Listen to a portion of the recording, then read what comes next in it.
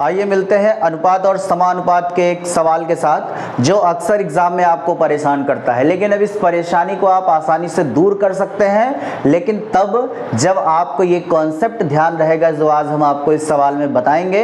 इसको ध्यान से आप सुनिएगा और समझिएगा। पहले कॉन्सेप्ट के बारे में थोड़ा सा समझा जाए।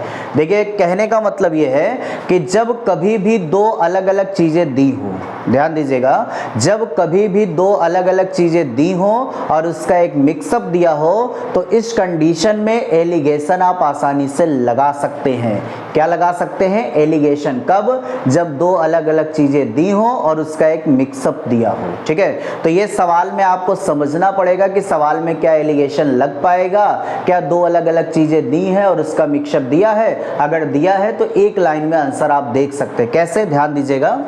देखिए, सवाल में ये दिया है कि दो बर्तन है जिसमें दूध और पानी का रेशियो दिया है। भाई पहले में 5 और 3 का है, दूसरे में 2 और 3 का है। फिर कह रहा दोनों को आपस में मिला दिया गया तो जो ये मिश्रण बना है इसमें लिखा है आधा दूध है और आधा पानी है, ऐसा कह रहा है।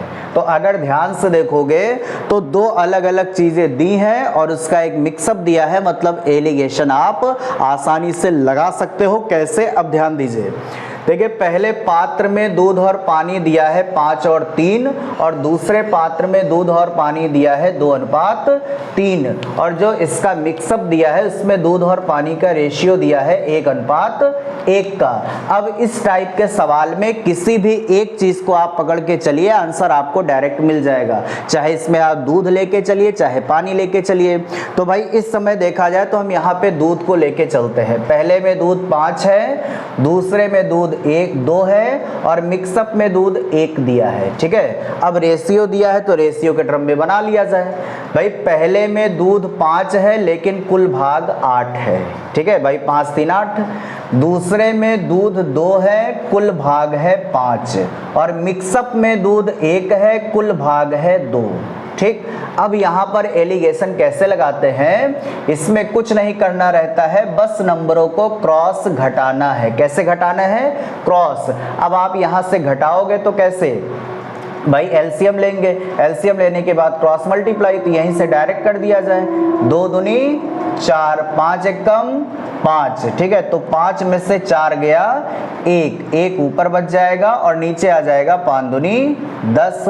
अब यही प्रोसेस आपको इस तरफ भी करना है। कैसे? भाई 5 दूनी 10 और 8 एकम 8। 10 में अगर 8 घटाएंगे तो 2 बचेगा और नीचे आ जाएगा 8 दूनी 16, आपका ये हो जाएगा। क्लियर? यहाँ से अब आप चाहो तो थोड़ा सा शॉर्ट कर लो, आंसर आपको यहीं से दिख जाएगा। भाई 2 एकम 2, 2 अठे 16। कहने का मतलब है कि जो ये बेस में 8 है वो इस तरफ आ जाएगा और इसका 10 जो है वो उस तरफ चला जाएगा। तो रेशियो बनेगा 8:10 का और थोड़ा सा आगे और सॉल्व कर लेंगे तो आपको फाइनल आंसर मिल जाएगा। तो फाइनल आंसर आपको मिलेगा 4:5 का। अब डर दूर करने के लिए अगले सवाल को इसी तरीके से आप डायरेक्ट लगाइएगा।